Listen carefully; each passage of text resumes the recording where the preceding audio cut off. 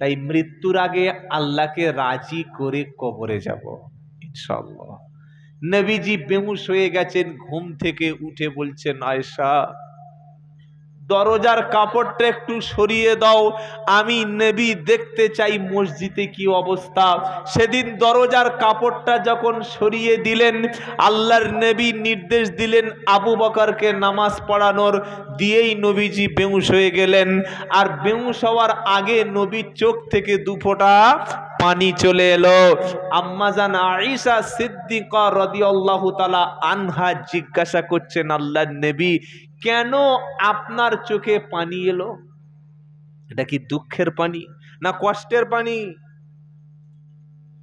নবীজি বললেন, আয়েশা এটা কোনো দুঃখের পানি নয়, কষ্টের পানি নয়।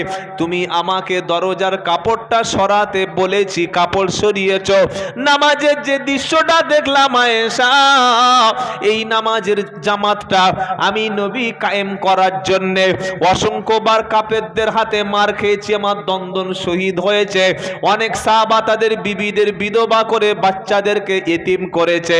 আমি নবী জামাতের যে দৃশ্যটা আমার চোখে পড়লো, আমার মনে হলো কিয়ামত পর্যন্ত যত আমার আশিকে রাসূল হবে, যত আমার উম্মত আসবে, তারা এভাবে জামাতে নামাজ আদায় করবে। আরো জোরে বলো সুবহানাল্লাহ। সেই নবী যখন হুঁশ ফিরে গেল, একদম সুবে ও সাদিকের সময়, ইন্তেকালের সময়, জিবরাইল চলে আসলো, আসসালামু আলাইকা ইয়া রাসূলুল্লাহ, আসসালামু আলাইকা ইয়া হাবিবাল্লাহ। হুজুর আমার সাথে আজকের এমন একটা ফেরেশতা এসেছে, যে ফেরেশতা যাওয়ার আগে কারো কাছে জীবনে কখনো অনুমতি নেয় না। ওই ফেরেশতার নাম কি? জিবরাইল। আজরাইল আসবে, ফোন করবে, সেলিম রেডি হয়ে যাচ্ছি, গোসল কর, বলবে তো এই বিড়ি খাচ্ছিস, বিড়িটা ফেলে দে, আমি 1 ঘন্টা পরে যাচ্ছি। আজরাইল বলবে না? এই নামাজ পড়িসনি, নামাজটা পড়ার জন্য ওযু কর, গোসল কর, সেজদায় পড়ে থাক, আমি গিয়ে বার করে আনবো। ফোন করবে তো? আজরাইল ফোন করবে না? আজরাইল ফোন করবে না আসার আগে? করবে? আজরাইল ফোনে মেসেজ পাঠাবে তো? কথা বলে না। ও দাঁড়িয়ে পেচ্চাপ করো, শুয়ে পেচ্চাপ করো, মদ খাও, গাঁজা খাও, চগলকুরি করো আর মিথ্যা কথা বলো, খালি আসবে খক, ব্যাস উপরে চক। কি আসবে আর ধরবে, সবে ঢুকেছে বাথরুমে, বসার টাইম নাই, লুঙ্গি হালকা তুলে দাঁড়িয়ে ছাড়ছে, ফেরেশতা এসে কক, ব্যাস ঠক, হাসি বার হয়ে যাবে, দাঁড়িয়ে মোতা বার হয়ে যাবে। ছি ছি ছি ছি। এখনো অনেক মুসলমান শুনেছি নাকি পানি নেয় না পেশাব। কি ভাই আছে তো? তওবা তওবা। ছি ছি ছি ছি। দাঁড়িয়ে আস্তাগফিরুল্লাহ। আর মানে গোসল দেওয়ার সময় যে গোসল দেবে তার একদম নাক জ্বলে যাবে, ও যা ঝাঁঝালো মাল দিয়ে গেছে। পেশাব মানে অ্যাসিড। পেশাব মানে কি বিশেষ হয় না, এই পাথরের উপর পেশাব করতে পারে, মাল জমে এরকম পাথর উঠে চলে যাবে, এত ঝাঁঝালো। ওর মধ্যে যার জীবাণু, যত রকমের নোংরা আবর্জনা সব তো পেশাব থেকে বার হয়। ঢক ঢক ঢক ঢক ঢক করে জল খেয়ে নিলেন, পানি খেয়ে নিলেন, ভিতরে যে মালগুলো ফিল্টার হয়ে যাবে কোত্থেকে? কান থেকে বার হবে নাকি? এই কোত্থেকে বার হবে? নাক থেকে? মেশিন থেকে। ওটা পেশাবের যন্ত্র, পেনিস। তো যখন বার হচ্ছে যত নোংরা জীবাণু, আবর্জনা, যার নোংরার মধ্য থেকে সব বার হয়ে যাচ্ছে। যদি আপনার চোখ না থাকে, ল্যাবরেটরিতে, রিসার্চ সেন্টারে একটু পেশাব নিয়ে আর একটু মাইক্রোস্কোপ যন্ত্র দিয়ে বলবেন যে আমার মালটা দেখো দেন ফিল্টার হয়েছে কিনা, একবার দেখে নেবেন কি মাল ওর থেকে বার হচ্ছে। তো তুমি ওই মাল ঘষে শুয়ে পড়েছো, তুমি মুসলমান আজও কি ভেবে দেখবে? ছি ছি ছি ছি ছি। কুকুর তবু একটু ঠ্যাং তোলে, কুকুর একটু আড়ালে যায়, মা, চাচি, দাদি, নানি, ভাবি সবাই ঘুরছে, সবার সামনে দাঁড়িয়ে ফ্রর করে ছেড়ে দিয়ে। আস্তাগফিরুল্লাহিল আযীম। এরপরে বলছে আমি রাসূলকে খুব ভালোবাসি, আমি আল্লাহকে ভালোবাসি। পেশাব করে পানি নেয় না, আল্লাহকেও ভালোবাসে? হ্যাঁ, মৃত্যুর সময় কলেমা নসিব হবে না যদি কেউ পেশাব করে পানি না নেয়, লিখে রেখে দিও। মরণের পরে 40 হাঁড়ি বিরিয়ানি হবে, আমার চাইতে বড় হুজুর এসে কেঁদে কেঁদে দোয়া করবে। আল্লাহ বলবে, হুজুর এখন কাঁদছিস কেন?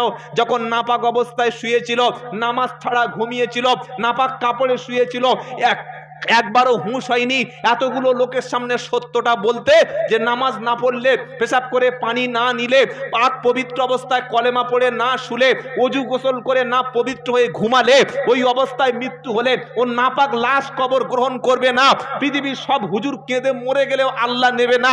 এটা একবারও জনগণকে বললে মানুষ তো ভুলটা ভেঙে যেত। কখনো বলেছিস? না বলিনি। কেন বলিসনি? দুটো ডিম পাবো, একটু লেগ পিস পাবো, যাওয়ার সময় 1002 টাকা পকেটে হাদিয়া দেবে, তাই মুখ খুলিনি। আল্লাহ হুজুর আর এই হুজুরের ভক্ত দুজনকে ধুনে দেবে। কথাটা লিখে রেখে নিও। এই কথাটা টপ করে কেউ বলবে না যদি দাওয়াত আর সামনে বছর না হয়। আর আমি তো সেই মাল যেখানে একবার যাই আর আমার খুঁজেও পাবে না জীবন। কথা বুঝতে পেরেছেন? তাই সকলে আজ থেকে তওবা করুন, পেশাব করে পানি নেবো বলুন ইনশাআল্লাহ। পানি নিচ্ছেন মানে আপনি পবিত্র হচ্ছেন। পবিত্র হচ্ছেন মানে রোগ জীবাণু জার্ম, পেশাবের পরে আপনার শরীর থেকে যেটা কাপড়ে লেগে যাচ্ছে আপনি জীবাণু থেকে বেঁচে যাচ্ছেন। আর পেশাব করে পানি নিচ্ছেন মানে আল্লাহ রসুলের তরিকায় আপনি ঘুমাচ্ছেন। জোরে বলুন সুবহানাল্লাহ। এ বাবাজিরা, সোনালারা, আল্লাহওয়ালা ভাইয়েরা, কত মানুষ কবরে চলে গেছে, জীবনে মসজিদে যাওয়ার সুযোগ পাইনি।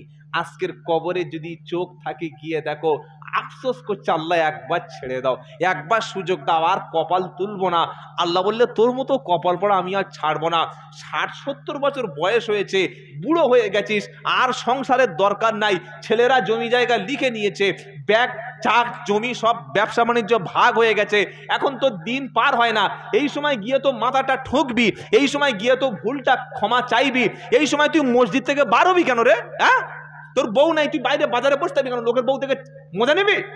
বুড়ো হয়ে গেছে, বাজারে হা করে বউদের বলছে কার বউ? ছলের বউ যাচ্ছে না উচমানের বউ যাচ্ছে, তার মানে আরেকবার মালটা খাবে। ছি ছি ছি ছি। এই সময় মসজিদে বস, এই সময় তওবা কর, চোখের পানি ফেল, আল্লাহর কাছে কাঁদ যে আল্লাহ গোটা জিন্দেগিটা বেঈমানি করেছি, আল্লাহ জীবনে তোমার জন বয়সে মসজিদে যাইনি, আল্লাহ আমি বড় অপরাধী, আল্লাহ তুমি ক্ষমা করো। এইবার মসজিদে গিয়ে কাঁদ, ওই যে বউ মরে গেছে ওর চাইতে 27 গুণ ভালো তোর আল্লাহ স্ত্রী জান্নাতে দেবে। সুবহানাল্লাহ বলো। 60 বছর বয়স হয়ে গেছে, চোখে চশমা দিয়ে সিরিয়াল দেখছে, কিরকম কাঁচা হারাম করে একবার চিন্তা করো। আল্লাহ হেফাজত করুক। নামাজ কাজা করবেন না, আর পেশাব করে পানি নেবেন, অপবিত্র থাকবেন না। রাজি আছেন ইনশাআল্লাহ? বলেন। নবীজি ইন্তেকালের সময় কাঁদতে শুরু করলো। আম্মা জান আয়েশা সিদ্দিকা কান্নার কারণ জিজ্ঞাসা করলে। নবীর শেষ স্বপ্ন ছিল আমার যত উম্মত উম্মতানি কিয়ামত পর্যন্ত যত আসবে তারা এইভাবে জামাতে নামাজ আদায় করবে। জোরে বলুন সুবহানাল্লাহ। জিবরাইল চলে এসে বললে আল্লাহর নবী আজকে নতুন ফেরেশতা, ওই ফেরেশতার নাম হলো মালাকুল মউত, ওই ফেরেশতার নাম আজরাইল। পৃথিবীর কোন ব্যক্তির কাছে যাওয়ার আগে জীবনে পারমিশন নেয় না, কিন্তু আপনি তো আল্লাহর নবী, আপনার ব্যাপারটা আলাদা। আল্লাহ পাক আমাকে পারমিশন নেওয়ার জন্য পাঠিয়েছে। যদি অনুমতি দেন তাহলে আপনার জীবনটা কবজ করব, যদি অনুমতি না দেন তাহলে ফিরে চলে যাব। আপনি কি বলছেন বলুন? ওই সময় আল্লাহর নবী বলল যদি অনুমতি না দিই, জিবরাইল বললেন আপনি যদি অনুমতি না দেন মালাকুল মউত ফিরে চলে যাবে। জোরে বলুন না সুবহানাল্লাহ। আল্লাহ বলেছে এই মালাকুল মউত বিশ্বের যার কাছে যাস গিয়ে তো নিয়ে চলে আসিস। আমার হাবিবের জন্য ব্যাপারটা অমন হবে না, হাবিবের জন্য ইন্তজার করবি, ওয়েটিং রুমে বসে থাকবি, দেখবি নবী অনুমতি দেয় কিনা। তারপরে জিবরাইল বলছে আল্লাহর নবী আপনি যদি অনুমতি না দেন মালাকুল মউত ফিরে চলে যাবে, তবে আল্লাহ পাক আপনার সঙ্গে সাক্ষাতের জন্য তিনি ইন্তজারও করছেন। আরো জোরে বলুন সুবহানাল্লাহ। নবীজি কেঁদে ফেললেন, কেঁদে বললেন জিবরাইল, হে আজরাইল তোমরা দুজনে বলো আমি নবী যখন দুনিয়ায় থাকবো না আমার গুনাহগার উম্মতদের কি অবস্থা হবে। আল্লাহর নবী ইন্তেকালের সময় আমাদের মতো হতভাগা যারা আজও মসজিদ দেখতে পেলাম না, দুটো সেজদা দিতে পারলাম না, দুপোটা চোখের পানি ফেলতে পারলাম না, এই রকম ব্যক্তির সময় মৃত্যুর সময় ইন্তেকালের সময় কেঁদেছে। আমার নবীর কান্নাটা শুনে জিবরাইল আল্লাহকে জিজ্ঞাসা করলো, আল্লাহ পাক বললে হাবিব আপনার উম্মতদেরকে আপনি সুসংবাদ শুনিয়ে দিন যে উম্মত উম্মতানি 5 ওয়াক্ত নামাজ পড়বে, বাপ মার খেদমত করবে, আলেম ওলামাদের সোহবতে থাকবে, রমজান মাসে রোজা রাখবে, হকের পথে থাকবে, এক আল্লাহর উপরে ঈমান আনবে, রাসূলের তরিকায় চলবে, ওই রকম বান্দা ইন্তেকালের সময় ঘুমন্ত অবস্থার মতো আল্লাহ তাআলা তার জীবনটা বার করে নেবে। আরো জোরে বলুন। নবীজি ইন্তেকালের সময় সোনার কথা বললেন না, জমি জায়গার কথা বললেন না, ইমাম হাসান হুসাইনের কথা বললেন না, ফাতেমাকে একটু কাছে ডাকলেন। ইন্তেকালের সময় সব চাইতে বেশি কান্না করছিল ফাতেমা। নবীজি বললেন, ফাতেমা মা তুমি কেঁদো না। কি একটা কানে কানে বলল। ফাতেমা রাদিয়াল্লাহু তাআলা আনহার কান্নাটা বন্ধ হয়ে গেল। তার কিছুদিন পরে জিজ্ঞাসা করেছে আম্মা জান আয়েশা, এ ফাতেমা তোমার আব্বাজান বিশ্ব নবী তোমার কানে কানে কি বলল, তোমার কান্নাটা বন্ধ হয়ে গেল? ফাতেমা রাদিয়াল্লাহু তাআলা আনহা বললেন, হে আমার আম্মা জান আয়েশা, আল্লাহর নবী বলেছে ফাতেমা কেঁদো না, তোমার ইন্তেকালের পরে, আমার ইন্তেকালের পরে সবচাইতে আগে তোমার সাথে আমার দিদার নসিব হয়ে যাবে। তার মানে ফাতেমা বুঝতে পেরেছে আল্লাহর নবীর পরে আমার ইন্তেকাল হবে। নবীজি ইন্তেকালের সময় যে শব্দটা, যে বাক্যটা, যে ওয়ার্ডটা মুখ থেকে উচ্চারণ করলেন, ওই শব্দটা ছিল আসসালাত, আসসালাত, নামাজ, নামাজ, নামাজ। আমার উম্মতেরা তোমরা নামাজ ছেড়ে দিও না, নামাজ ছেড়ে দিও না, আর তোমার অধীনস্থ দাস দাসীর সঙ্গে খারাপ ব্যবহার করো না। এই শব্দটা বলতে বলতে বলতে বলতে নামাজ, নামাজ, নামাজ বলতে বলতে আল্লাহর নবী দুনিয়া থেকে ত্যাগ করে আল্লাহর কাছে চলে গেল। ইন্না লিল্লাহি ওয়া ইন্না ইলাইহি রাজিউন।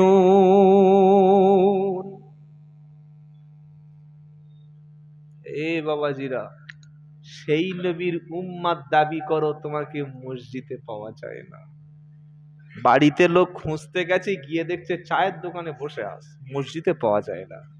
5 ওয়াক্ত নামাজ পড়বেন ইনশাআল্লাহ? বলেন না। জীবনে কখনো আর নাপাক থেকো না। ওযুটা শিখে নাও, গোসলটা শিখে নাও, কোরআনটা ধরো, নামাজটা ধরো, তা না হলে যেদিন আসছে তোমার পিঠ বাঁচবে না। ফিলিস্তিন একদিনে ফিলিস্তিন হয়নি, ইরাকটা একদিন ইরাক হয়নি, আফগানিস্তান একদিনে আফগানিস্তান হয়নি, মায়ানমারের রোহিঙ্গাদের অবস্থায় একদিনে হয়নি। তারা মসজিদ ছেড়েছিল, মাদ্রাসা ছেড়েছিল, কোরআন ছেড়েছিল, আলেমদের ছেড়েছে, তাই আল্লাহ তাদের শাস্তি প্রাপ্যটা বুঝিয়ে দিয়েছে। কথা মনে থাকবে ইনশাআল্লাহ। এই আয়েশা সিদ্দিকা রাদিয়াল্লাহু তাআলা আনহা ইন্তেকালের পরে তিনি বলছেন, আমি নবীর কাছে, নবীর ঘরেই যখন ছিলাম, নবী তো আমার ঘরেই কবর দেওয়া হয়েছে, মাথায় কাপড় দিতাম না। স্বামীর কাছে মাথায় কাপড় দিতে হয়? এই আমার দিকে তাকান, হয় না। হুজুর এসছে, আমি এটা বলেই শেষ করে দেব। তারপরে আল্লাহ রসুলের প্রথম খলিফা আবু বকর সিদ্দিক ইন্তেকাল করলেন। তারপরে আমি মাথায় কাপড় দিয়ে আমার ঘরে হুজরা মোবারকে প্রবেশ করতাম না। কেন? আবু বকর সিদ্দিক তো আমার বাপ, বাপের কাছে মেয়ের পর্দা আছে নাকি? কি বলছেন? নাই। কিন্তু যখন ওমর ফারুক ইন্তেকাল করলেন, সেই দিন থেকে আমি মাথায় কাপড় না দিয়ে আর ঘরে ঢুকতাম না। কারণ আল্লাহর নবীর মাজারের মধ্যে আবু বকর এবং ওমরের কবর আছে। সুবহানাল্লাহ বলবেন না? নবী ইন্তেকালের পরে মাথায় কাপড় দিতেন না। কে? আয়েশা, যেহেতু স্বামী। আবু বকর সিদ্দিক ইন্তেকালের পরে মাথায় কাপড় দিতেন না, যেহেতু বাপ। কিন্তু ওমর ফারুক কে হয়? আয়েশা সিদ্দিকার বাপ হয় না, ভাই নয়, স্বামী নয়, একদম গায়ের মুহররম। তাই মাথায় কাপড় দিয়ে যেতেন। এখান থেকে বোঝা গেল কোন নারী বেপর্দা অবস্থায় যেন বাইরে না বোঝায়। কথা মনে থাকবে ইনশাআল্লাহ। মেয়েদের জন্য কোনো কবরে বাপ, আচ্ছা আপনার এলাকায় বাপের কবরে মেয়েরা যেতে পারে, জিয়ারত করে? মায়ের কবরে, স্বামীর কবরে, জোরে বলেন, ভাইয়ের কবরে? যদি এই কবরগুলোতে যাওয়ার অনুমতি না থাকে, যদি কোনো হাক্কানি পীর থাকে, তার কবরকে, তার মাজারকে পবিত্র রাখবেন। কোন নারীকে কখনো কোনো কবরস্থানে যেতে দেবেন না, দিলেন মানে আপনি দায়ুস। মেয়েকে একা ছেড়ে দিলেন, পড়তে পারলেন, পর্দা করলেন না, দায়ুস। তো নবীকে জিজ্ঞাসা করা হচ্ছে যে আল্লাহর পরিচয়টা বলো। আল্লাহর নবী না জেনে না বুঝে কোনো কথা বলতেন? বলতেন না। আমরা মোড়ের মাথায় চা খাচ্ছি, একজন জিজ্ঞাসা করছে, ও চাচা, বলছি কি? বলছে রমজান মাসে কেউ যদি বউয়ের চুমু খায় রোজা থাকবে? হ্যাঁ, থাকবে। কত বড় মুক্তি বুঝতে পারছেন? যারা 6 বছর 8 বছর 12 বছর মাদ্রাসায় পড়ে ইফতা কোর্স কমপ্লিট করে না কিতাব দেখে ফতোয়া দিতে ভয় পায়, এই চায়ের দোকানে মুফতি বিড়ি খাচ্ছে, বলছে হ্যাঁ রোজা রোজা ঠিক থেকে যাবে। কত বড় তো জানা আছে? হ্যাঁ, কোন জোয়ান ছেলে যদি তার বউকে সকালবেলা উঠে রমজান মাসে চুমু খায়, ও মাল ঠিক থাকবে? আর হ্যাঁ, হ্যাঁ না বলেন না। কোন বুড়ো লোক যদি এ কাজ করে কোন রকমের কন্ট্রোল করবে, চ্যাং ছেলে পারবে? হ্যাঁ না বলুন না। ফট করে চার দোকানে ফতোয়া দিয়ে দিল। কিছু বিষয়ে জিজ্ঞাসা করলে বলতে নাই যদি জানা না থাকে। আর আমরা সাধারণ মানুষ হঠাৎ করে, ও হুজুর বড় এটা কি হবে? জীবনে কোনোদিন কোনো আলেমের সামনে এরকম বেয়াদবিমূলক কথা বলবেন না। আলেম মানে আপনার গুরু, আপনার শিক্ষক, আপনার ওস্তাদ, আপনার পীর, আপনার টিচার, আপনার তিনি অ্যাডভাইস করছেন। এই যারা আলেম বসে আছেন জিজ্ঞাসা করুন, যখন ছাত্র জীবনে মাদ্রাসায় পড়েছি, ঠ্যাঙের উপরে ঠ্যাং দিয়ে হুজুরের সামনে বসা যায়? যায় না। ওস্তাদের সামনে মাথা উঁচু করে কথা বলা যায়? যায় না। ওস্তাদের সামনে যখন জিজ্ঞাসা করতে যেতাম, পড়াশোনা করা ছাড়া মাথা নিচু হতো। ওস্তাদের সামনে চোখ দিয়ে কোনোদিন কোনো ছাত্র কথা বলেনি। নামাজের কায়দায় বসে অথবা একটা পা নিচে রেখে তার উপরে একটা পা দিয়ে গোলামের মতো, চাকরের মতো ছোট হয়ে ওস্তাদ উপরে ছাত্র নিচে, মাথা নিচু করে আস্তে আস্তে কথা বলতাম, হুজুর একটা বিষয় একটু বলে দিলে ভালো হয়। এটার নাম হচ্ছে ছাত্র, এটার নাম হচ্ছে শেখার মজলিস, এটার নাম হচ্ছে প্রকৃত মোমেন। ঘাড়ে গামছা দিয়ে গোসল করতে লাভছে, হুজুর নামাজ ধরবে একটায়, 3 মিনিট বাকি আছে, ছোট ছোট যাচ্ছে, ও হুজুর দাঁড়াও, হুজুর তোর গোলাম, এই হুজুর তোর গোলাম। হুজুর দেখছে দাঁড়াই, না দাঁড়ালে যদি ইমামতি চলে যায়, দাঁড়িয়েছে, কি হয়েছে? বলছে হুজুর আমার বউর পেটে বাচ্চা হয়েছে, লোক খাওয়াবো?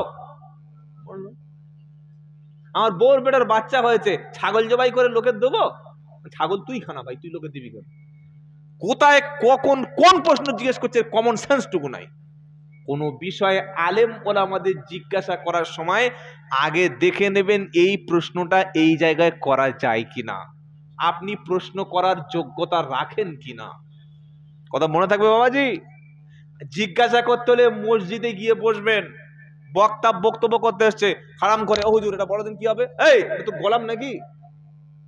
বক্তার নামুক, নেমে যখন বসবে তখন ভদ্রতার সঙ্গে, হুজুর একটা বিষয় একটু বুঝতে পারিনি, দয়া করে বলবেন।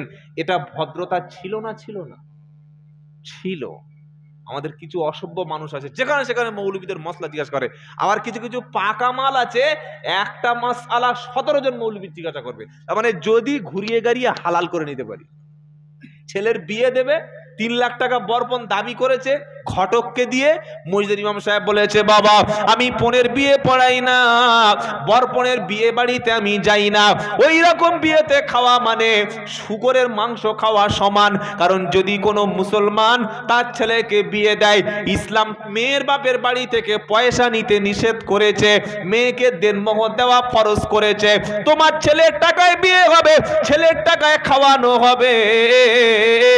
ইন্না আযামান নিকা বারাকাতান আইসুরুহু মুনা, সেই বিয়েটা আল্লাহর দরবারে সবচাইতে পছন্দ যে বিয়েতে খরচ কম হয়। ইমাম সাহেব জুমার দিন বলেছে, যারা ছেলের বিয়ে দেওয়ার সময় মেয়ের বাপের বাড়ি থেকে পাইক চায়, টাকা চায়, পয়সা চায়, ক্যাশ চায়, বিল্ডিং চায়, বালাখানা দোকান চায়, অনেক কিছু করে নিতে চায়, এরা হারাম খায়, শুকরের মাংস খাওয়ার পাপ হবে। এ দেখছে ইমাম সাহেবের কিছু বলবো না, 6টা মাওলানার ফোন নাম্বার নিয়ে সবার কাছে ফোন করে বলছে, হুজুর কি হবে? সবাই যখন বলে দিয়েছে খাওয়া হারাম, তখন নিজে চায় না, এবার বড় জামাইকে দিয়ে ফোন করাচ্ছে মেয়ের বাপের কাছে। কার দিয়ে ফোন করাচ্ছে? বড় জামাইকে দিয়ে। তো কিছু হারাম করাচ্ছে, ঘুরিয়ে খালে খাওয়ার দাম। মানে মোটামুটি একটু কোন রকমের যদি কেউ একটু হালকা হারাম বলে দেয়, খেয়ে নেবে। কি হারাম বলো? হালকা হারাম। আল্লাহ আমাদের মাফ করে দিক, সকলে বলুন আমিন। নবীর কাছে প্রশ্ন করা হলো আল্লাহর পরিচয়টা বলো। আল্লাহ পাক জিব্রাইলকে দিয়ে বলছেন কুল হু আল্লাহু আহাদ আল্লাহুস সামাদ লাম ইয়ালিদ ওয়া লাম ইউলাদ ওয়া লাম ইয়াকুল লাহু কুফুয়ান আহাদ। যেটা বললাম সূরার নাম কি? সূরা ইখলাস। এটা 30 পারায় আছে। এই সূরার বরকতটা ফজিলতটা শুনে রাখুন। যদি কোনো বান্দা আউযু বিল্লাহি মিনাশ শাইতানির রাজিম বিসমিল্লাহির রহমানির রহিম কুল হু আল্লাহু আহাদ আল্লাহুস সামাদ লাম ইয়ালিদ ওয়া লাম ইউলাদ ওয়া লাম ইয়াকুল লাহু কুফুয়ান আহাদ। যদি কোনো ব্যক্তি সূরা ইখলাসটা একবার পড়ে নেয়, গোটা কোরআন শরীফের 3 ভাগের 1 ভাগ অর্থাৎ 10 পারা কোরআন শরীফ তার পড়ার সওয়াব হয়ে যায়। 3 বার যদি কেউ সূরা ইখলাসটা 3 বার পড়ে নেয়, আল্লাহ তাআলা তার আমলনামায় গোটা কোরআন শরীফ পড়ার মতো সওয়াব লিখে দেবে।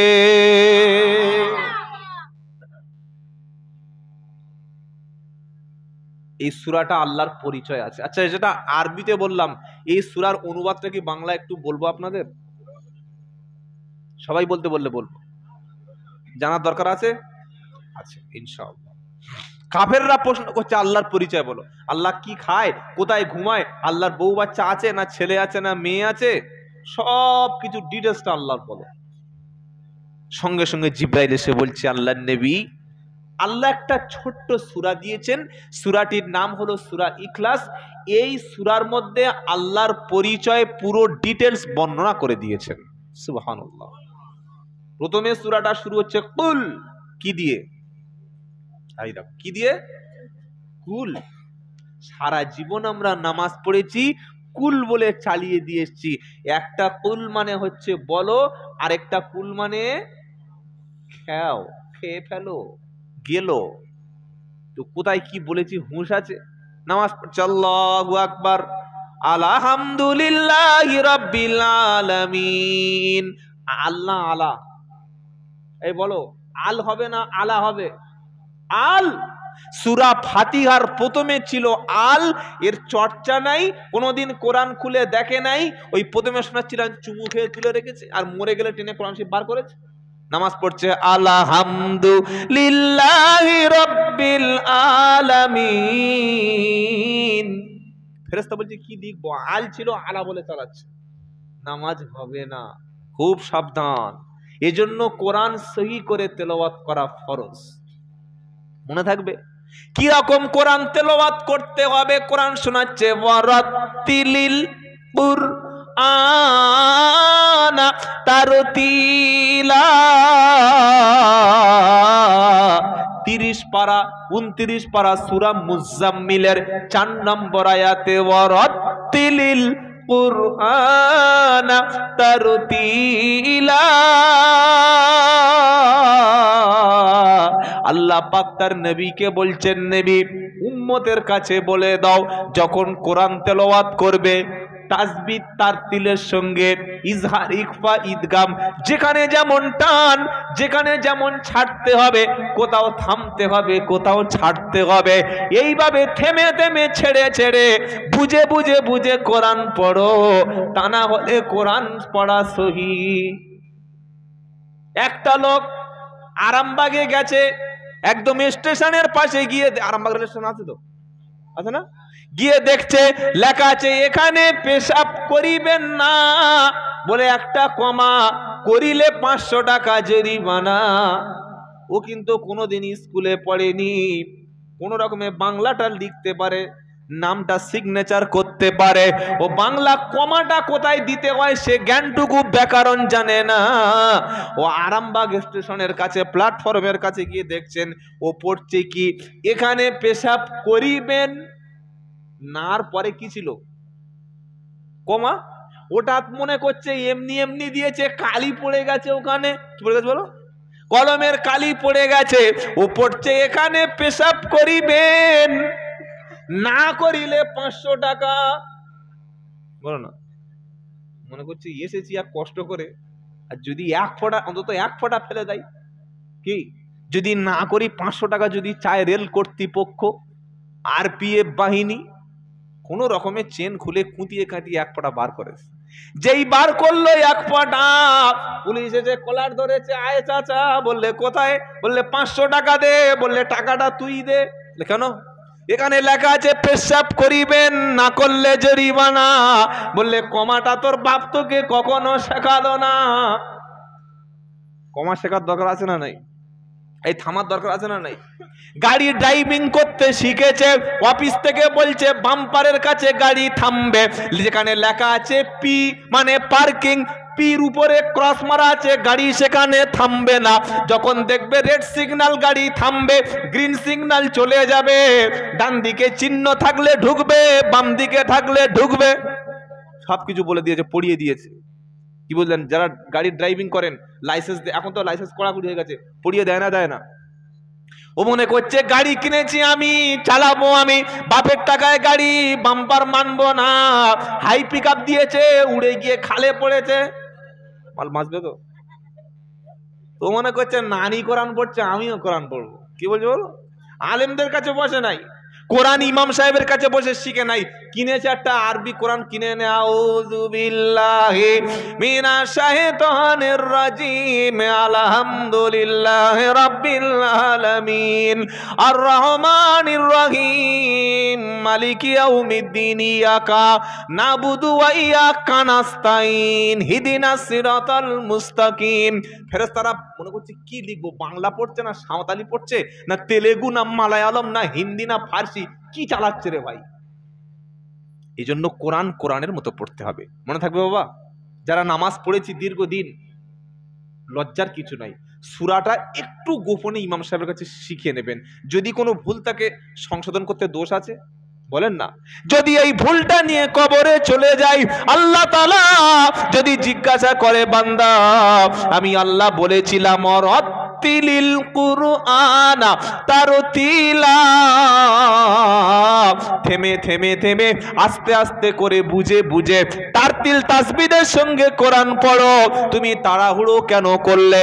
কেন কোরআন শিখলে না বলো? এই বান্দা, তোমার মসজিদে ইমাম সাহেব ছিল, মাগরিবের নামাজটা পড়ে তুমি যদি ইমাম সাহেবের কাছে একটা চা খাইয়ে দিয়ে বলতে হুজুর আমার সূরা ফাতিহাটা আপনার সূরা ফাতিহার সঙ্গে মিলছে কিনা দেখো, হুজুর আমার সূরা ইখলাসটা আপনি যেভাবে সূরা ইখলাস পড়েন ওইভাবে সূরা ইখলাসটা মিলছে কিনা দেখুন, এটা যদি বলে তুমি একটু ঠিক করে নিতে আজকে, তাহলে তোমার জান্নাত পাওয়া যেত। তোমার ওযু ছিল, পোশাক পবিত্র ছিল, কাপড় ঠিক ছিল, তোমার নিয়ত ঠিক ছিল, সব ঠিক ছিল, কিন্তু তোমার কোরআন ঠিক ছিল না। আমি আল্লাহ কোরআনে যেরকম লেখা আছে ওই রকম যদি না পড়ো আমি আল্লাহ কবুল করলাম না। এ কথা যদি বলে দেয়, ওই কবর থেকে কিয়ামতের দিন থেকে ঘুরে এসে এবার মাদ্রাসায় ভর্তি হব, তাই তো নাকি? আর সম্ভব হবে? একটা ছেলে অঙ্ক পরীক্ষা দিতে যাবে, মাথার চুল কাটার স্টাইলটা আলাদা, সেন্ট মেখে নিয়েছে, সকালে গোসল করেছে, ওখানে গিয়ে ভালো করে সব কিছু লিখেছে, কিন্তু 4 আর 5 যোগ করলে যে 9 হয়, ও বলছে একটু বাড়িয়ে দিয়ে 10 করে দেবো, নয় নাম্বার একটু বেশি হবে। নাম্বার অঙ্ক মিলবে তো? কি বলছেন বলেন? 4 আর 4 বিয়োগ করলে মাইনাস করলে 0 হয়ে যায়। ও বলছে 0 কেন হবে, ওখানে নাই ডবল 2 দিয়ে দি হবে 4 5 20। ও বলছে যদি 22 দিটা ক্ষতি কি, বলে 2টো নাম্বার বেশি দেব। এরকম পাকামি মার্কা অঙ্ক যদি করে একটাও নাম্বার পাবে না, যেদিন রেজাল্ট পাবে সেদিন 2টো গোল্লা পাবে না। নামাজে যেমন টান আছে তেমন টান তোমার দিতে হবে। যেমন নামাজ শুরু হচ্ছে, কোন শব্দ একটু আগে বলেছি বলেন? ভুলে গেছে কি বলে নামাজ শুরু করছি? কানে হাত দিয়ে আল্লাহু আকবার।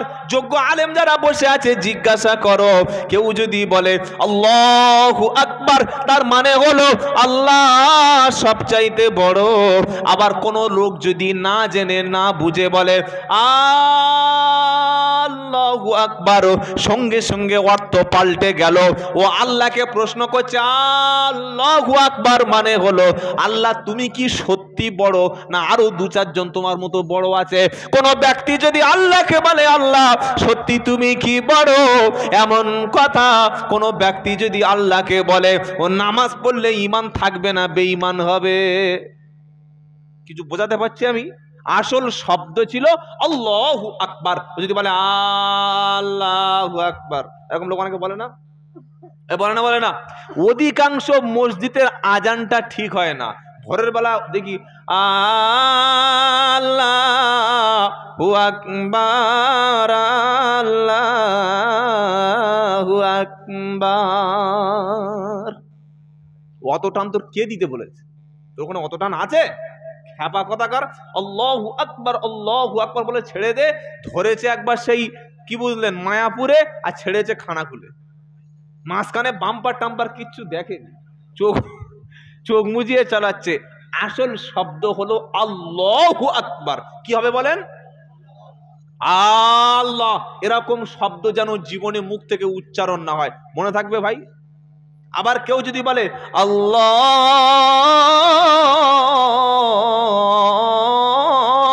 আকবার, ঝামেলা হয়ে গেল। এজন্য কোরআনটা ওলামাদের কাছে বসে শিখতে হয়।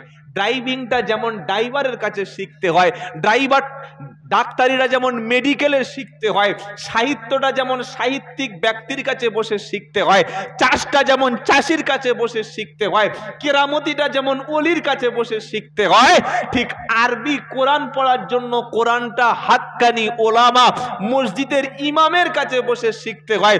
নিজে পাকামি করলে সব কিছু শেখা যায়, কিন্তু কোরআন শেখা। কথা মনে থাকবে বাবাজি? কষ্ট পাচ্ছেন না তো কেউ? দেখি আপনারা রেগে গেছেন কি? নারাই তাকবীর, নারাই তাকবীর।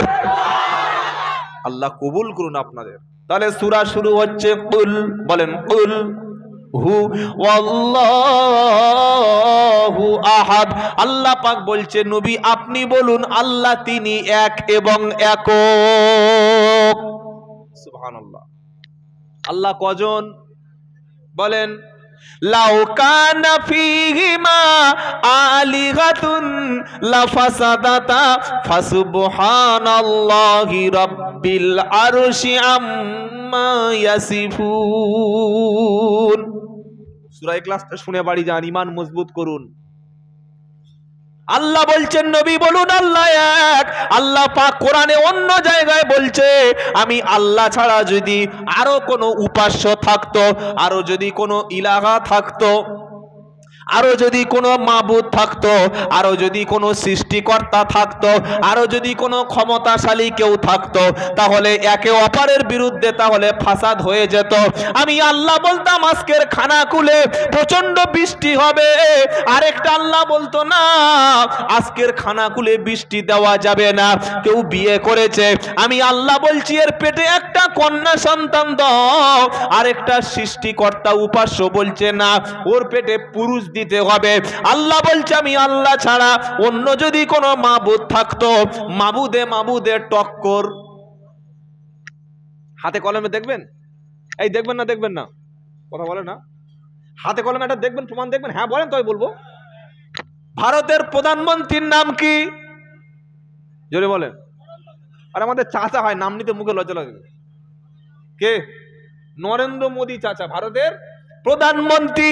প্রধানমন্ত্রীর বিরুদ্ধে একটা ইন্ডিয়া জোট গঠন হয়েছে, হয় নাই? ইন্ডিয়া। মমতা ব্যানার্জি বলছে মনে মনে আমি প্রধানমন্ত্রী হব, রাহুল বলছে কংগ্রেস জাত কংগ্রেস আমি হব, মায়াবতী বলছে আমি প্রধানমন্ত্রী হব, লালু বলছে আমি হব। আপের দিল্লি আপ, ওর নাম কি গো? কেজরিওয়াল। ও বলছে আমি দিল্লিতে আছি, তাড়াতাড়ি গদি বসবো। হচ্ছে না? তো দেশ একটা, প্রধানমন্ত্রী সবাই হয় বলছে। আচ্ছা সবাই প্রধানমন্ত্রী হতে পারবে তো একটা দেশে? কটা প্রধানমন্ত্রী হতে পারবে? একটা। আল্লাহ বলছে আমি আল্লাহ ছাড়া যদি আরো অনেক মাবুদ থাকতো, কেউ বলতো আমি আল্লাহ এই জমিনটাকে ভূমিকম্প দিয়ে উল্টে দেব, আরেকটা মাবুদ বলতো না না এই জমিনে ভূমিকম্প দেয়া যাবে না। এরকম আল্লাহ আল্লাহ মাবুদে মাবুদে অশান্তি হতো, ফাসাদ সৃষ্টি হতো। না না না, আমি আল্লাহ এক এবং একক, আমি আল্লাহ ছাড়া আর কোনো মাবুদ নাই। কুল হুয়াল্লাহু আহাদ, নবী আপনি বলুন আল্লাহ এক এবং একক। সুবহানাল্লাহ। কি নাম বলুন তো? আল্লাহ। জোরে বলেন আল্লাহু আকবার। এত সুন্দর নাম পৃথিবীতে আর নাই। আমি কোন ধর্মকে ছোট করছি না। আপনি আল্লাহ আল্লাহ সুবহানাল্লাহ জিকির করে যে মজা পাবেন, অন্য কোন মাবুদের নাম উচ্চারণ করে সেই জিকির পাবেন? কেউ যদি বলে god god god god god god god god god god, minute পাঁচেক পরে দেখবেন বমি হয়ে যাবে, যাবে না যাবে। কিন্তু আল্লাহ এই শব্দের মধ্যে এত মিষ্টি এত মধুর, পৃথিবীতে আর কোনো শব্দই নাই। বলুন সুবহানাল্লাহ। গরুর বাচ্চা হলো, গরু যখন বড় হয় কি শব্দ বলে? হাম্মা। কি শব্দ বলে বলেন? হাম্মা। আসলে হাম্মা শব্দ বলে না, ওর মধ্য থেকে যে শব্দটা আসে সেটা হলো আল্লাহ। জোরে বলেন। কোন গরু শুনেছেন এখন বলছে মাঠের মাঝখানে গড গড বলে? ঈশ্বর। কোন গরু বলে না। বাচ্চা হয়েছে কাঁদে মা মা মা, কিন্তু ভিতর থেকে যেটা বার হয়ে আসে সেটা হচ্ছে আল্লাহ। জোরে বলুন না সুবহানাল্লাহ। আল্লাহ শব্দের এত ব্যাপক অর্থ। আল্লাহু আকবার। আল্লাহ পাক শোনাচ্ছে নবী আপনি বলুন আল্লাহ এক একক, আর কেউ নাই। আল্লাহুস সামাদ, তিনি অমুখাপেক্ষী। সুবহানাল্লাহ বলতে ইচ্ছা করে না? আমরা যদি মমতা ব্যানার্জিকে ভোট না দেই তিনি কিন্তু ক্ষমতায় থাকবে না। মানুষ যদি আল্লাহকে সেজদা না দেয় আল্লাহ ক্ষমতায় শেষ। নাউজুবিল্লাহ। আল্লাহর ক্ষমতা থাকবে না, চলে যাবে? থাকবে, কিয়ামত পর্যন্ত থাকবে। বিশ্বের সমস্ত মানুষ যদি আল্লাহর সঙ্গে নাফরমানি করে, কুফরি যদি করে, বিশ্বের সমস্ত মানুষ যদি শূকরের মাংস খায়, সব মানুষ যদি গুলো মসজিদ যদি ভেঙে দেয়, সব মানুষগুলো বেঈমান বেদিন যদি হয়ে যায়, আল্লাহর ক্ষমতা সামান্য কমবে না, কারণ তিনি কারোর মুখাপেক্ষী না। জোরে বলুন। আল্লাহ যদি বলে বৃষ্টি আমি দেব না, বিশ্বের সব মানুষ যদি রোড অবরোধ করে বৃষ্টি হবে? জোরে বলো। আল্লাহ যদি বলে আমি ভূমিকম্প দেব, সবাই যদি বলে আমি ভূমিকম্প বাঁচিয়ে নেব, কারোর ক্ষমতা আছে? মমতা ব্যানার্জির আছে, দিল্লির নরেন্দ্র মোদী চাচার আছে, আমাদের হাসিনা খালার আছে, আছে নাকি? বিশ্বের কোন প্রধানমন্ত্রী প্রেসিডেন্টের কি আছে? এ হুজুরের ভূমিকম্প বাঁচানোর ক্ষমতা আছে? জোরে বলো। এ হুজুরের আছে, আমার মতো দু পয়সা মালের আছে। বিশ্বের জমিনে যত ব্যক্তি জীবিত কিংবা মৃত, যারা বেঁচে আছে অথবা মারা গেছে, যত ক্ষমতাশালী ব্যক্তি হোক না কেন, আল্লাহ যদি বলে ভূমিকম্প দেব, এই ভূমিকম্প বাঁচিয়ে নেওয়ার থেকে পৃথিবীর কোনো ব্যক্তির কি আর দ্বিতীয় কারোর ক্ষমতা আছে? যদি বলেন আছে, যদি ভূমিকম্প বাঁচানোর ক্ষমতা থাকে, থাকলে তাকে ডেকে নো। বলে হুজুর নাই যে বললেন, এটার দলিল কি আছে বলো? কোরআন শোনাচ্ছে আমিনতুম মান ফিস সামাই আইয়াকুসিবা বিকুমুল আরদা ফাইদা হিয়া তামুর।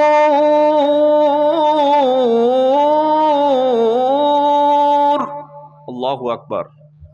এটা শুনে যদি আপনার ঈমান না যদি না বিশ্বাস হয়, তাহলে আপনারা জলসা শোনার দরকার নাই। কোথায় পাবেন আয়াতটা?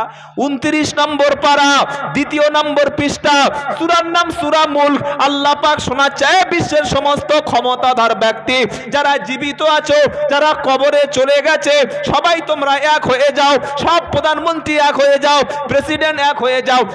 আমিনতুম মান ফিস সামাই আইয়াকুসিফা বিকুমুল আরদা ফাইদা হিয়া তামুর। আল্লাহু আকবার।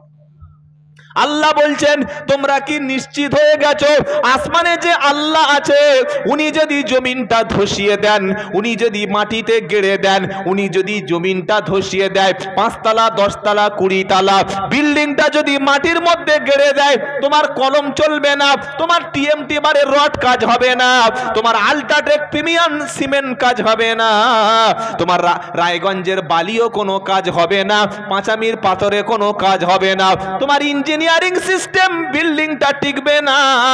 আল্লাহ পাক বলছে তুমি কি নিশ্চিত হয়ে গেছো আসমানে যিনি আছে তিনি তোমার জমিনটা ধসিয়ে দেবে না।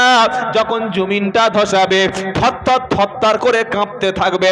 বলো এমন কে আছে আমি আল্লাহ ভূমিকম্প দিলে জমিনটাকে তুমি ভূমিকম্প থেকে বাঁচাতে পারবে? কেউ আছে?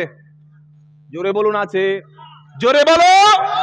যদি না থাকে তাহলে যখন ভূমিকম্প হবে, যখন আসমানটা জমিনটা দুলতে থাকবে, ওই সময় আল্লাহর বান্দাদের উচিত হবে উজুটা করে তওবা করে নামাজের পাটিতে গিয়ে কেঁদে বলা রব্বানা আমাদের পাপের কারণে তুমি ভূমিকম্প দিয়েছো, আমাদের পাপের কারণে আল্লাহ তুমি গজব দিয়েছো, আমাদের সবাইকে তুমি গজব থেকে বাঁচিয়ে নাও।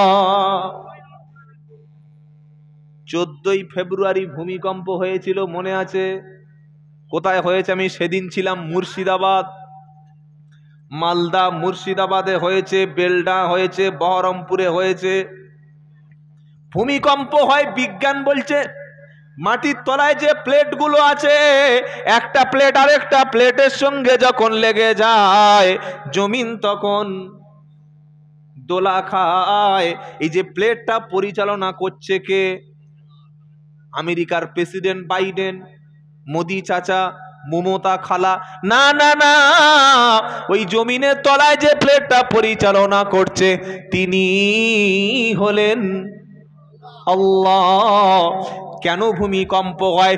বান্দা জেনা ব্যভিচারটা যখন করে, বিয়ের আগে বাপ হয়, বিয়ের আগে যখন মা হয়, বাড়িতে 3টে ছেলে রেখে আবার স্বামী রেখে যখন অন্য কোনো ছেলের সাথে পালিয়ে যায়, বিনা বিয়ে যখন সংসার হয় তখন ভূমিকম্পটা ওয়াজিব হয়। এটা হচ্ছে না, হয় না? আগে চ্যাং ছেলেরা, ইয়ং ছেলেরা ইয়ং মেয়েদের সঙ্গে প্রেম করত, এখন দেখি ছেলেরা ভাবিদের সাথে আর বৌদিদের সঙ্গে প্রেম করছে। আসলে হবে মাল যে করছে সে বুঝে গেছে। কি করে বুঝতে পারলো? কি বুঝলেন? আগে ইয়ং ছেলেরা মেয়েদের দিকে দেখলে একটু লোভ করতো, এখন বাড়ির ভাবিদের ভাবি দা বাড়ি আছে তার মানে একটু সুযোগ নেবো। ছি ছি ছি ছি ছি, তওবা তওবা।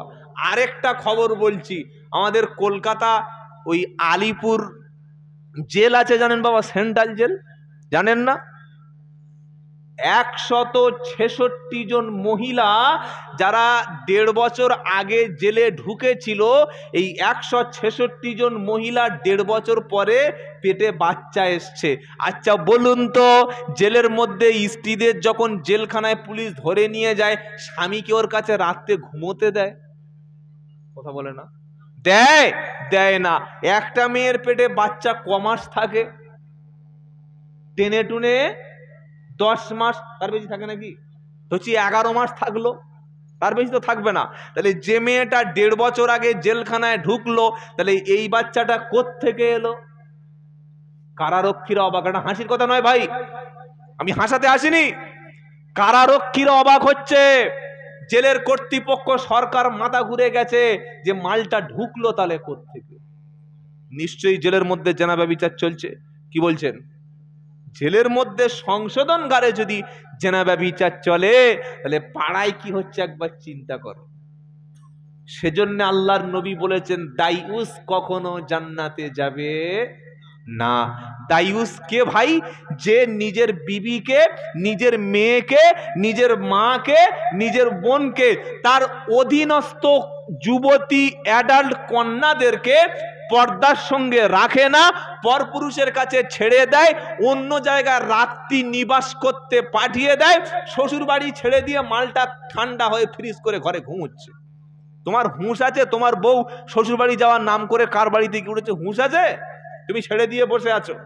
তোমার বউ বলছে বাজারে যাচ্ছি, শপিং করতে যাচ্ছি, শপিং করার নাম করে যে ঘপিং করতে যায় না, তোমার কাছে কি গ্যারান্টি আছে বলো? এজন্য ইসলাম বলছে মেয়েদেরকে বাইরে একা সফর জায়েজ নয়। কথাটা লিখে রেখে দেবেন যারা ওলামা আছে, আমার কথাটা যদি ভুল হয় এই ক্যামেরার সামনে দুজন দুটো কান ধরে পাকিয়ে দেবেন, আমার কানের মেসেজটা অনেকদিন পর হয়ে যাবে।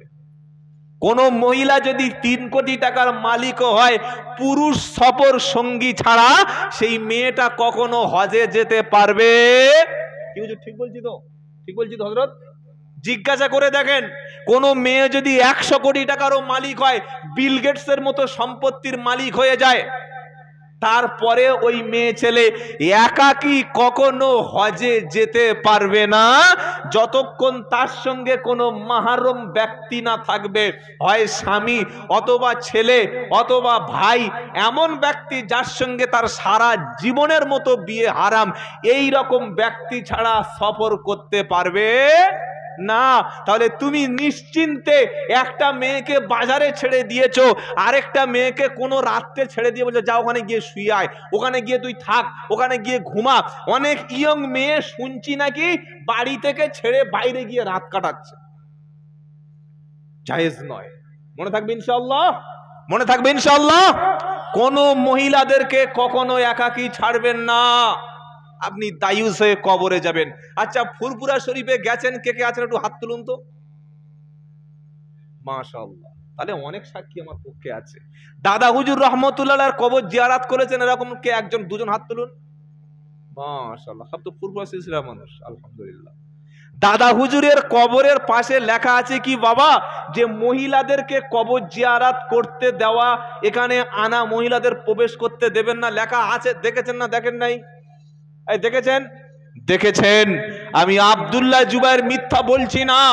ভুল হলে আমার কানটা কেটে আপনি মসজিদে ঝুলিয়ে রাখুন যে একটা চিটিংবাজ বক্তাকে দাওয়াত করেছিলাম। দাদা হুজুর রহমতুল্লাহ ছিলেন জামানার মুজাদ্দিদ, তাই তিনি ইন্তেকালের পরে তার কবরে, তার মাজারে পরিষ্কার লিখে দিয়েছে মেয়েদের এখানে এনে জিয়ারাত করবেন না, কারণ মেয়েরা নরম জাতি, মায়ের জাতি, তারা সবর করতে পারবে না, তারা ধৈর্য ধরতে পারবে না, তারা জীবনে সহ্য করতে পারবে না। তাই নারীদেরকে কবরে যাওয়া শরীয়তের নির্দেশ, আর দাদা হুজুর লিখে দিয়ে গেছেন, তিনি হক ওলি ছিলেন। জোরে বলুন সুবহানাল্লাহ। তুমি তোমার মেয়েটাকে ছেড়ে দিয়েছো কোন জায়গায়, যা গিয়ে ওখানে কবরে শুয়ে পড়, শরীয়তে জায়েজ নয়। এবার আল্লাহর নবীর একটা বিবির ঘটনা বলছি। নবীর সবচাইতে আশিকের স্ত্রী ছিলেন আম্মাজান আয়েশা সিদ্দিকা। জোরে বলেন আহা।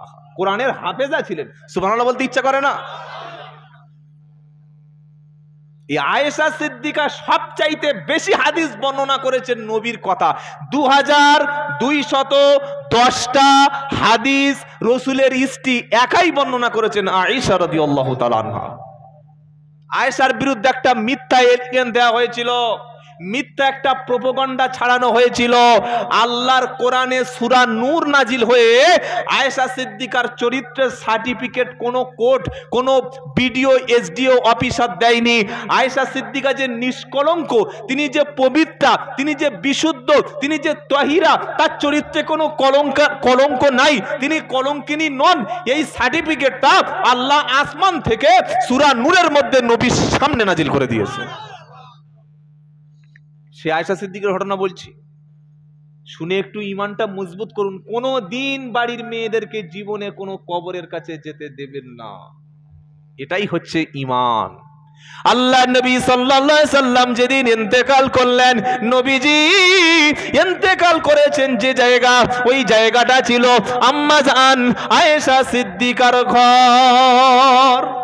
নবীরা যেখানে ইন্তেকাল করে সেই জায়গাটা দাফন হয়ে যায়। আল্লাহ নবী স্ত্রী আম্মা জান আয়েশা সিদ্দিকা রাদিয়াল্লাহু তাআলা আনহার কোলের উপরে মাথা দিয়ে আল্লাহ নবীজি জীবনের শেষ নিঃশ্বাস ত্যাগ করে আমার আল্লাহর কাছে চলে যায়।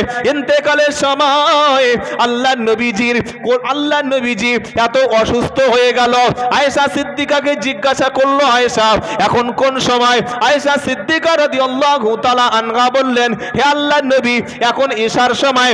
নবীজি জিজ্ঞাসা করলেন, আয়েশা এখন মসজিদে নববীর কি খবর বলো? আল্লাহর নবীর ঘরটা হলো মসজিদে নববীর পাশে। যারা হজে কিংবা উমরায় গিয়েছেন তারা জানে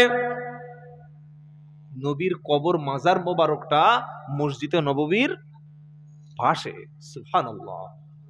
আম্মা জান আয়েশা সিদ্দিকা রাদিয়াল্লাহু তাআলা আনহা বললেন, হে আল্লাহর নবী, আপনার উম্মতানিরা সাহাবারা তারা আপনার পিছনে নামাজ পড়ার জন্য অপেক্ষা করছেন মসজিদে। জোরে বলুন না সুবহানাল্লাহ। সাহাবারা কাঁদতে শুরু করেছেন। তাদের ধারণা নবীজির পিছনে নামাজ পড়া আর জীবনে হয়তো আমাদের কখনো হবে না। সাহাবারা সারা রাত ঘরে গেল না, সারা রাত তারা কাঁদতে শুরু করলো, না না আর জীবনে কখনো হয়তো নবীর পিছনে নামাজ পড়া হবে না। এই কাঁদতে কাঁদতে কাঁদতে ফজরের আজানটা হয়ে গেল। নবীজি সারা রাত বেহুশ ছিলেন। নবীজির যখন হুঁশ ফিরল, আবার প্রশ্ন করলো, আয়েশা রে এখন কোন সময়? আয়েশা সিদ্দিকা রাদিয়াল্লাহু তাআলা আনহা তিনি বললেন, হে আল্লাহর নবী, এখন ফজরের সময়। আল্লাহর নবী বললেন, হে আয়েশা, আমার ঘরের সামনে থেকে মসজিদে যেতে যে পর্দাটা আছে, পর্দা তুলে দিলেই তো মসজিদ এপারে, মসজিদ এপারে আল্লাহর নবীর হুজরা। হে আয়েশা সিদ্দিকা, আমার চোখের সামনে থেকে তুমি পর্দাটা সরিয়ে দাও। যখন পর্দা সরিয়ে দিল, তখন আল্লাহর নবীজি দেখতে পেলেন পিছনের লাইনে কাতারে সমস্ত সাহাবারা কাঁদতে শুরু করেছে। তাদের একটাই ধারণা, আর নবীজি কখনো ইমামতি করতে পারবে না। নবীজির নির্দেশ দিয়ে দিলেন আবু বকর সিদ্দিককে নামাজে ইমামতি করে দিতে। আল্লাহর নবী সাহাবা আয়েশা সিদ্দিকার আব্বা রাদিয়াল্লাহু তাআলা আনহা নামাজে যখন ইমামতির জায়গায় দাঁড়িয়ে গেল, সাহাবাদের ধারণা আর জীবনে কখনো ইমামতির জায়গায় আল্লাহর নবীকে আমরা দাঁড়ানো অবস্থায় পাবো না। কত ভালোবাসা রসুলকে একবার ভেবে দেখেন। তাদের জীবনের সবচাইতে কষ্টের দিন ছিল যেদিন নবী অসুস্থ হয়ে আর মসজিদে যেতে পারছেন না। সাহাবারা সারা রাত কেঁদেছে, আর মনে হচ্ছে নবীজির পিছনে নামাজ হবে না। এই রসুলকে ভালোবাসেন তো? এই বাসেন না, বাসেন না? আচ্ছা বলুন তো, আজকের যুগে যদি নবীজি সাল্লাল্লাহু আলাইহি সাল্লাম বেঁচে থাকতেন দুনিয়ার জিন্দেগিতে, আর নবীজি যদি মদিনার মসজিদে ইমামতি করতেন, আমরা যদি নবীর পিছনে নামাজ পড়তে পারতাম, জীবনটা সফল হতো না? হতো না? জোরে বলেন, আরো জোরে বলেন। ওগো জন্ম আমার নবীর যুগে হলে কেমন হতো। না, এখন সকল আর বলার দরকার নাই। কাল সকাল 10টার দিকে একবার সুবহানাল্লাহ বলবো। জোরে বলেন না সুবহানাল্লাহ। জন্ম আমার নবীর যুগে হলে কেমন হতো, জন্ম আমার নবীর যুগে হলে কেমন হতো। দু নয়নে রসুল পাক দেখিলে কেমন হতো, জন্ম আমার নবীর যুগে হলে কেমন হতো। আসিত বেশে হজরতে বেলালের মধুর আজান। জোরে হবে না? আসিত বেশে হজরতে বেলালের মধুর আজান, যে আজানে ছিল এমন প্রেম মুগ্ধ রহমান। জোরে হবে না? দয়ার নবীজির পিছে নামাজ পড়লে কেমন হতো, দয়ার নবীজির পিছে নামাজ পড়লে কেমন হতো। জন্ম আমার নবীর যুগে হলে কেমন হতো। আল্লাহুম্মা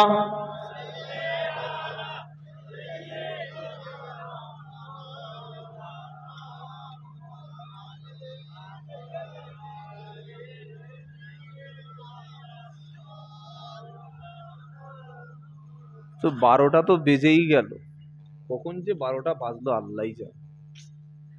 সময় যে কি করে শেষ হয়ে যায় ভাই, সময় যেমন কেটে যাচ্ছে আমাদের জীবন কিন্তু ছোট হয়ে আসছে, নাকি বলে? এই 12টা বেজে গেছে মানে আমাদের জীবন থেকে 12টা বেজে গেছে।